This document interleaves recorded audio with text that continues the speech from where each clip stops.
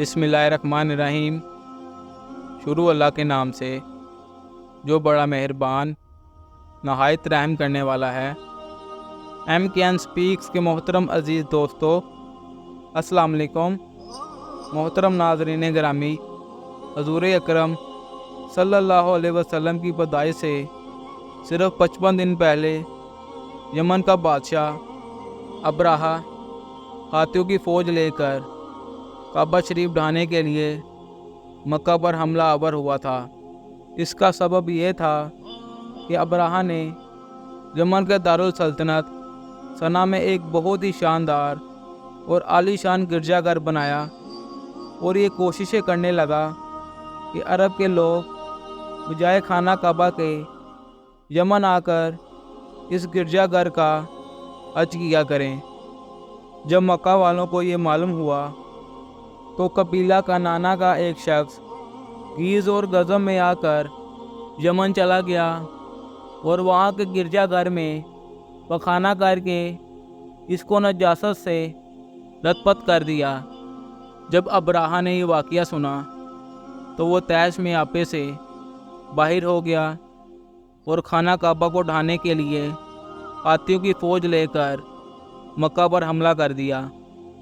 اس کی فوج کے اگلے دست نے مکہ والوں کے تمام اونٹ اور مویشی چھین لیے۔ اس میں سے 200 یا 400 اونٹ حضرت عبدالمطلب کا بھی تھا۔ حضرت عبدالمطلب کو اس واقعے سے بہت دکھ پہنچا، چنانچہ آپ اس معاملے میں گفتگو کرنے کے لیے اس کے لشکر میں تشریف لے گئے۔ جب ابراہا کو معلوم ہوا کہ قریش کا سردار اسے ملاقات کرنے کے لیے آیا ہے تو اس نے آپ کو اپنے خیمے میں بلایا۔ جب حضرت عبدالمطلب کو دیکھا کہ ایک بلند قامت، روبدار اور نہایت ہی حسین و جمیل آدمی ہے جن کی پیشانی پر نور نبوت کا جا و جلال چمک رہا ہے، تو صورت دیکھتے ہی ابراہا مرعوب ہو گیا اور بے اختیار تخت شاہی سے اترا اور آپ کی تعظیم اور تکریم کے لیے کھڑا ہو گیا۔ اپنے برابر بٹھا کر دریافت کیا کہ کہے سردار قریش، یہاں آپ کی تشریف آوری کا کیا مقصد ہے؟ حضرت عبدالمطلب نے جواب دیا کہ ہمارے اونٹ اور بکریاں وغیرہ جو آپ کے لشکر کے سپاہی لوٹ لائے ہیں، آپ ان سب مواشیوں کو ہمارے حوالے کر دیں۔ یہ سن کر ابراہا نے کہا کہ اے سردار قریش، میں تو یہ سمجھتا تھا کہ آپ بہت ہی حوصلہ مند اور شاندار آدمی ہیں، مگر آپ نے مجھ سے اپنے اونٹوں کا سوال کر کے میری نظروں میں اپنا وقار کم کر دیا۔ اونٹ اور بکریوں کی حقیقت ہی کیا ہے؟ میں تو آپ کے کعبہ کو توڑ پھوڑ کر برباد کرنے کے لیے آیا ہوں۔ آپ نے اس کے بارے میں کوئی گفتگو نہیں کی۔ حضرت عبدالمطلب نے کہا، مجھے تو اپنے اونٹوں سے مطلب ہے۔ کعبہ میرا گھر نہیں ہے بلکہ وہ اللہ کا گھر ہے، وہ خود اپنے گھر کو بچا لے گا، مجھے کعبہ کی ذرا بھی فکر نہیں۔ یہ سن کر ابراہا اپنے فرعونی لہجے میں کہنے لگا کہ اے سردار مکہ، سن لیجئے، میں کعبہ کو ڈھا کر اس کی اینٹ سے اینٹ بجا دوں گا اور روئے زمین سے اس کا نام و نشان مٹا دوں گا، کیونکہ مکہ والوں نے میرے گرجا گھر کی بڑی بے حرمتی کی ہے، اس لیے میں اس کا انتقام لینے کے لیے کعبہ کو ڈھا دینا ضروری سمجھتا ہوں۔ حضرت عبدالمطلب نے فرمایا کہ پھر آپ جانیں اور خدا جانے میں آپ سے سفارش کرنے والا کون۔ اس گفتگو کے بعد ابراہا نے تمام جانوروں کو واپس کر دینے کا حکم دے دیا اور حضرت عبدالمطلب تمام اونٹوں اور بکریوں کو ساتھ لے کر اپنے گھر چلے آئے اور مکہ والوں سے فرمایا کہ تم لوگ اپنے اپنے مال و مویشی کو لے کر مکہ سے باہر نکل جاؤ اور پہاڑوں کی داروں میں چھپ کر پناہ لو۔ مکہ والوں سے یہ کہہ کر خود اپنے خاندان کے چند آدمیوں کو لے کر خانہ کعبہ میں گئے اور دروازے کا حلقہ پکڑ کر انتہائی بے قراری اور گریہ زاری کے ساتھ دربار الہی میں اس طرح دعا مانگنے لگے کہ اے اللہ، بے شک ہر شخص اپنے اپنے گھر کی حفاظت کرتا ہے، لہذا تو بھی اپنے گھر کی حفاظت فرما، صلیب والوں اور صلیب کے پجاریوں یعنی عیسائیوں کے مقابلے میں اپنی اطاعت کرنے والوں کی مدد فرما۔